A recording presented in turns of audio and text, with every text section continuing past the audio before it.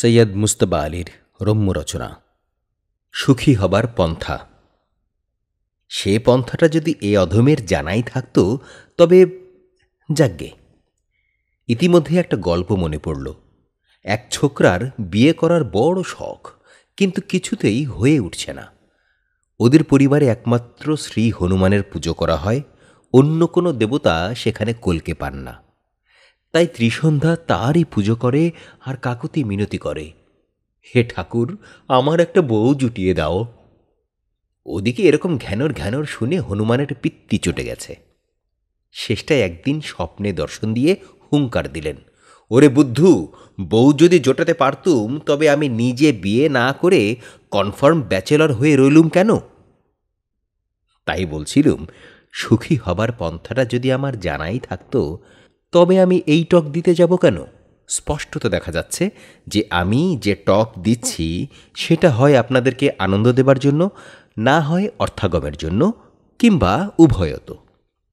আপনাদের আনন্দ দেবার ইচ্ছাটা তৃষ্ণা বিশেষ, এবং বুদ্ধদেব সেটাকে তানহা অর্থাৎ তৃষ্ণা বলেছেন, এবং এই তানহা থেকেই সর্বদুঃখের উৎপত্তি। এই তানহাজনিত দুঃখ নিবারণী সুখ। আমাদের শাস্ত্রেও আছে, ভারদ্যপগমে সুখী সংবৃত হোমিতিবৎ দুঃখ ভাবনে সুখীত্রী প্রত্যায়াত। বাংলা কথায় আমার ঘাড়ে বোঝা ছিল, সেটা নেবে যেতেই বললুম, আহা কি আরাম, এসো ক্ষুদিরাম। আহা কি সুখ, ঘুচে গেছে দুঃখ। অর্থাৎ দুঃখের অভাবই সুখ বলে প্রতীয়মান হয়। আমাদের আলোচনার বিষয়বস্তু বিপুল আকার এবং মহত্বপূর্ণ। প্রশ্ন এই, সুখী হওয়া যায় কিসে? অন্ততপক্ষে এ সংসারে অল্পতর দুঃখী হওয়া যায় কি প্রকারে? এটাকে আরো সোজা করে বলি। এক খ্যাপা ক্রমাগত মাথায় হাত উড়িয়ে ঠুকছে। আমি শুধালুম, ওরে পাগল, মাথায় হাত উড়িয়ে ঠুকছিস কেন? একগাল হেসে বলল, যখন ঠুকি না তখন কি আরাম। সেই সংস্কৃত প্রবচনেই ফিরে এলুম। ঘাড়ের বোঝা নেবে যাওয়াতে কি আরাম। মহাকবি হাইনেকে আমি বড়ই শ্রদ্ধা করি, কিন্তু এ স্থলে তিনি যেটা বলেছেন সেটা আমাদের পাগলের হাতুড়ি পেটার চেয়ে অনেক ফিকে। তিনি বলেছেন, কড়া ঠান্ডার রাত দুপুরে লেপের তলা থেকে পা বের করতে বেজায় শীত লাগলো। ফের পা দুখানা ভেতরে টেনে নিয়ে বললুম, আহা কি সুখ। কিন্তু এরকম নেতিবাচক সুখ, অর্থাৎ দুঃখের অভাবে সুখ, এটাতে সবাই সন্তুষ্ট নন। তাই অনেকেই সুখ বলতে কি বোঝেন সেটা স্পষ্ট ভাষায় বলে গেছেন। সর্বপ্রথমই অবশ্য মনে পড়ে ওমর খৈয়াম। কান্তি ঘোষ অনুবাদ করেছেন, সেই নিরালা পাতায় ঘেরা বনের ধারে শীতল ছায়া, খাদ্য কিছু পেয়ালা হাতে ছন্দ গেঁথে দিনটা যায়, মৌন ভাঙ্গে মোর পাশেতে গুঞ্জে তব মঞ্জু সুর, সেই তো সখী স্বর্গ আমার, সেই বনানী স্বর্গপুর। শুনতে বেশ লাগে, কিন্তু অনুবাদটা আক্ষরিক নয়, বরঞ্চ সত্যেন দত্তের সে বিজনে মোর পার্শ্বে বসিয়া গাহগ মধুর গান, বিজন হইবে স্বর্গ আমার, তৃপ্তি লোভিবে প্রাণ। ফিটজিরান্ডেও তাই আছে, beside me singing in the wilderness, and wilderness is paradise now. কান্তিবাবুর বিজন ছায়া নয়, উল্টো বলা হয়েছে, মরু প্রান্তরেও তুমি সখী যদি থাকো তবে সেই স্বর্গ। ফার্সি ফিরিস্তিতে খৈয়াম চেয়েছেন ভালো গমের উত্তম রুটি, 2 মণ মদ ধরে এমন একটি পাত্র ভরা মদ্য।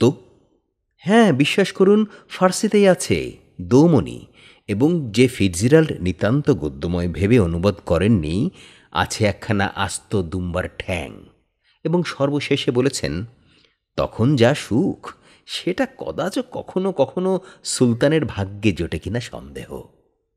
এগুলো আমাদের জানা নয়, কারণ আমাদেরই মহর্ষি চারবাক সুখী হওয়ার নির্ঘণ্ট আরও সস্তায় সেরেছেন। তিনি বলেছেন, যাবজ্জীবেত সুখং জীবেত ঋণং কৃত্তা ঘৃতং পিবেত অর্থাৎ ঋণ করেও ঘি খাও, ফেরত দিতে হবে না, কারণ এ দেহ ভস্মীভূত হবে। পুনর্জন্ম তাই হতে পারে না। পুনরাগমনঙ্কুত। এখানে কিন্তু খৈয়ামের সঙ্গে তার তফাত। খৈয়াম বারবার বলেছেন পরের মনে কষ্ট দিয়ে সুখী হওয়া যায় না। কিন্তু চিন্তাশীল ব্যক্তি বলবেন, যদিও আমি আদপেই চিন্তাশীল নই এবং খৈয়ামের ফিরিস্তিতেই সুখী, কিন্তু চিন্তাশীল ব্যক্তি বলবেন, এ আবার কি সুখ? লোক ব্যবহারেও দেখা যায় আমি যে সে সুখ চাইনে।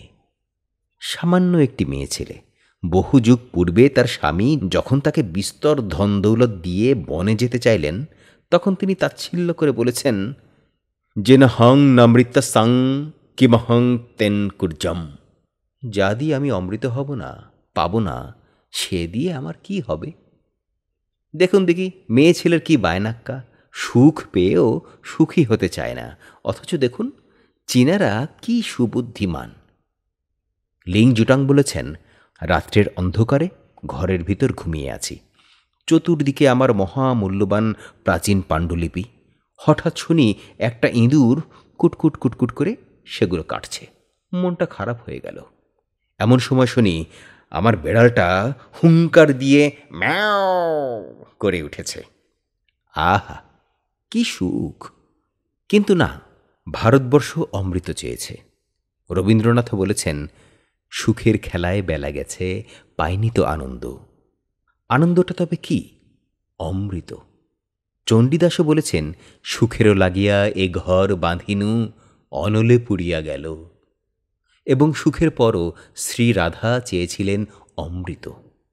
আমিয়া, তাই আমিয়া সাগরে স্নান করিতে সকলই গরল ভেল। আহা, কেউ কেউ বলেন অমৃত আছে সুরালয়ে, মদের দোকানে। কেউ কেউ বলেন না, অমৃত বনিতার অধর পল্লবে।